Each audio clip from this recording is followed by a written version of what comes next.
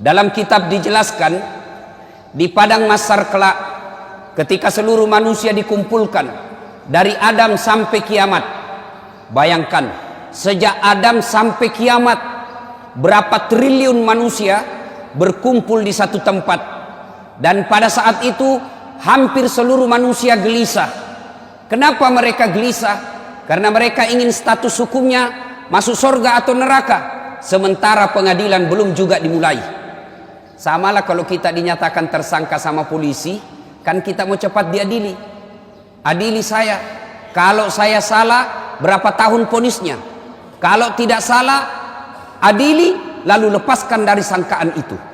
Demikian juga di padang mahsyar. Hampir seluruh manusia gelisah. Saya ini masuk surga atau masuk neraka? Sementara pengadilan belum juga dimulai. Dalam keadaan gelisah itu, datanglah sekelompok manusia menghadap kepada Nabi Adam. Ya Adam, engkau adalah bapak kami semua. Tolong menghadap kepada Allah, berdoa supaya segera dibuka pengadilan. Mendengar ini Nabi Adam geleng kepala. Saya malu ketemu Allah hari ini. Kenapa? Saya pernah makan barang haram sekali waktu saya hidup. Di mana mau kusimpan mukaku? Adam alaihi salam sekali makan barang haram, malu ketemu Allah di akhirat kelak. Gimana mereka yang pegawai negeri, sejak masuk pegawai negeri nyogok, seluruh gaji-gajinya sampai pensiun haram di sisi Allah. Seumur-umurnya makan barang haram, di mana mau kau simpan mukamu nanti di akhirat?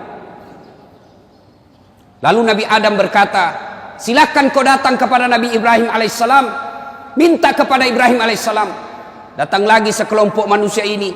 Ya Ibrahim, engkau adalah kakek para nabi, tolong menghadap kepada Allah, berdoa supaya segera dibuka pengadilan.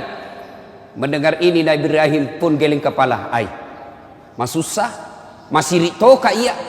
Saya juga malu ketemu Allah hari ini. Kenapa? Saya pernah bohong sekali waktu saya hidup. Di mana mau kusimpan mukaku hari ini?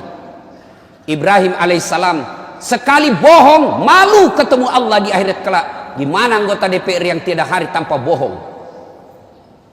Gimana para politisi ketika kampanye pilkada, pilgub, pilpres, banyak janjinya, setelah terpilih tidak pernah dilaksanakan janjimu? Di mana kau nanti di akhirat? Dicari kau nanti dengan Allah. Mana ini pembohong semua? Ibrahim alaihissalam sekali bohong, malu ketemu Allah. Gimana kita yang politisi tidak hari tanpa bohong? Lalu Ibrahim alaihissalam berkata, coba kau datang kepada Nabi Nuh alaihissalam, minta berdoa. Datang lagi sekelompok manusia ini menghadap kepada Nabi Nuh. Ya Nuh, engkau adalah Nabi dan Rasul, tolong menghadap kepada Allah, berdoa supaya segera dibuka pengadilan. Nabi Nuh pun berkata, susah juga, saya malu ketemu Allah hari ini. Kenapa? Saya pernah diutus menjadi Nabi. La ilaha illallah, tiada Tuhan selain Allah, jangan sembah kecuali Allah. Anakku lawan saya. Saya malu ketemu Allah. Saya diutus menjadi Nabi, justru anakku melawan saya. Nuh alaihi salam, satu anaknya membangkang, malu ketemu Allah di akhirat kelak. Gimana kita yang 3 anak, tidak ada yang tahu sholat. Satu pengedar, satu pengisap, satu kawin lari di bawah bandar. Nuh alaihi salam, satu saja anaknya, malu dan takut ketemu Allah.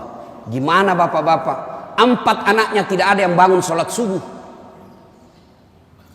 Demi Allah, yang bisa menyelamatkan kita nanti di akhirat, ketika kita sudah dikubur, bukan rumah mewah, bukan rumah dinas, bukan mobil mewah, bukan tabungan, tapi apa? Anak yang soleh dan soleha yang mendoakan kita. Suatu ketika Nabi Allah Muhammad sallallahu alaihi wasallam menuju ke satu tempat. Dalam perjalanan ke tempat itu, Nabi Allah Muhammad sallallahu alaihi wasallam beserta sahabat lalu berkata, Nabi, cepat-cepatkan langkahmu. Kenapa? Nabi melewati pemakaman. Nabi bersabda, peri-peri kok. Sahabat langkahkan kaki dengan cepat. Selesai di tujuan, Nabi sampai balik lagi dengan rute yang sama melewati kuburan. Sahabat ingin mempercepat langkahnya karena tadi disuruh cepat. Sahabat mempercepat langkahnya. Nabi berkata, tidak usah cepat-cepat, santai saja. Sahabat bertanya, ya Rasulullah, tadi waktu pergi kami disuruh cepat, sekarang tidak, ada apa?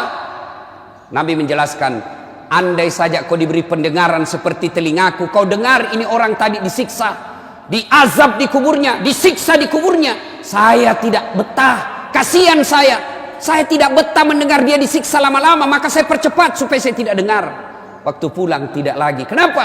Saya dengar berita dari Jibril, Allah perintahkan malaikat penyiksa kubur, hentikan siksaanmu. Kenapa? Tidak mungkin bapaknya kusiksa di kuburnya sementara anaknya lagi mengaji sekarang membaca Bismillahirrahmanirrahim. Baru anaknya membaca basmalah, orang tuanya sudah lepas dari azab kubur. Itu anak yang soleh. Kalau anak yang suka mabuk, anak pezina, anggota DPR tapi nipu, jadi politisi tapi koruptor, bapaknya nanti juga disiksa di kubur. Nabi Nuh lalu berkata, tolong kau datang kepada Muhammad, Nabi penghulu segala nabi.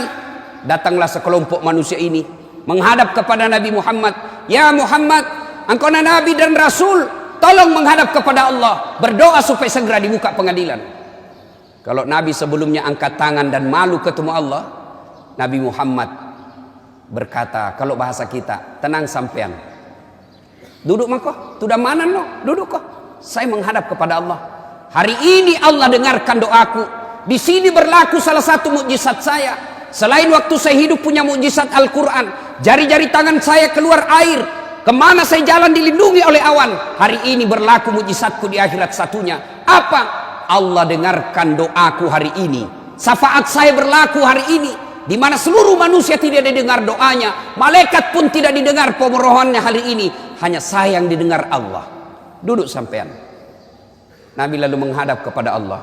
Ya Allah, kami sadar banyak dosa dan kesalahan, kami sadar banyak maksiat, tapi kami sudah sadar juga Engkau Maha Pengasih dan Maha Penyayang. Ya Allah, tolong ampuni dosa dan kesalahan kami ya Allah. Lalu mulai buka pengadilan.